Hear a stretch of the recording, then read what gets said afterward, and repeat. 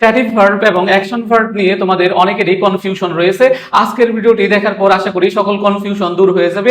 আজকের এক ভিডিওতে আমি আলোচনা করব অ্যাকশন ভার্ব কোনগুলা এবং স্ট্যাটিক ভার্ব কোনগুলা এবং এর মধ্যে পার্থক্যের জায়গাটা কোথায়। দেখো, স্ট্যাটিক ভার্ব, এই স্ট্যাটিক ভার্বের দ্বারা জাস্ট কি বোঝায়? অবস্থা, অনুভূতি এবং মালিকানা। দেখো, তাহলে অবস্থা এবং অনুভূতি যেটা বোঝায়, তাহলে অবস্থা এবং কি বোঝায়? মনের অনুভূতি বোঝায় যে সকল ভার্বের দ্বারা।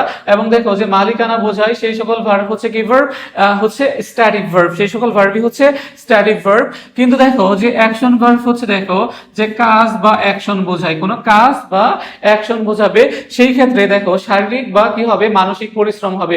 অর্থাৎ যে সকল ভার্বের কাজে শারীরিক বা মানসিক পরিশ্রম হয়, তাহলে যে সকল ভার্বের কাজে কি পরিশ্রম হয়? দেখো যে শারীরিক বা মানসিক। দেখো যে শারীরিক, দেখো শারীরিক বা মানসিক দেখো পরিশ্রম হবে সেই সকল ভার্বের কাজ, যে সকল ভার্বের দ্বারা এগুলা বোঝাবে সেই সকল ভার্বকেই আমরা কি বলবো?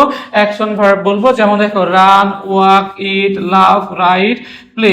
তাহলে এগুলার দ্বারা দেখো যে কাজ বা কি বোঝাচ্ছে? অ্যাকশন বোঝাচ্ছে। সে কারণে দেখো যে এগুলাই হচ্ছে অ্যাকশন ভার্ব। এগুলার দ্বারা দেখো যে শারীরিক বা মানসিক পরিশ্রম বোঝায়। এগুলার দ্বারা দেখো এই যে সকল ভার্বস, এগুলার দ্বারা শারীরিক পরিশ্রম বোঝাচ্ছে। আবার দেখো যে থিঙ্ক এর দ্বারা যখন দেখো যে চিন্তা করার প্রক্রিয়া বোঝায়, তখন দেখো যে এটা কি হয়? অ্যাকশন ভার্ব হয়। এটা কি মানসিক পরিশ্রম বোঝাচ্ছে। দেখো, আশা করি বুঝতে পেরেছো। আর দেখো স্ট্যাটিক ভার্বের দ্বারা জাস্ট অবস্থা এবং অনুভূতি বোঝায় এবং কি বোঝায়? মালিকানা বোঝায়। যেমন দেখো লাভ, তারপরে দেখো লাইক, হেট, জাস্ট দেখো এগুলা কি অনুভূতি বোঝাচ্ছে। দেখো মনের অনুভূতি, লাভ, লাইক, হেট। তারপরে দেখো নো, বিলিভ, তারপরে দেখো সি, হিয়ার, স্মেল। এগুলা দেখো যে জাস্ট অবস্থা এবং অনুভূতি নির্দেশ করতেছে।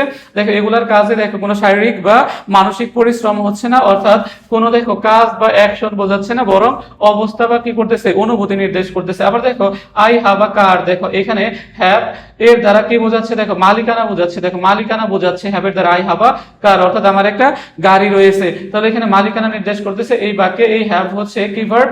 Static verb. তাহলে মাই ডিয়ার স্টুডেন্টস, তোমরা মাথায় রাখবে যে সকল ভার্বের দ্বারা জাস্ট অবস্থা, অনুভূতি বোঝায় এবং মালিকানা নির্দেশ করে সেই সকল ভার্বকে কি বলে? Static verb.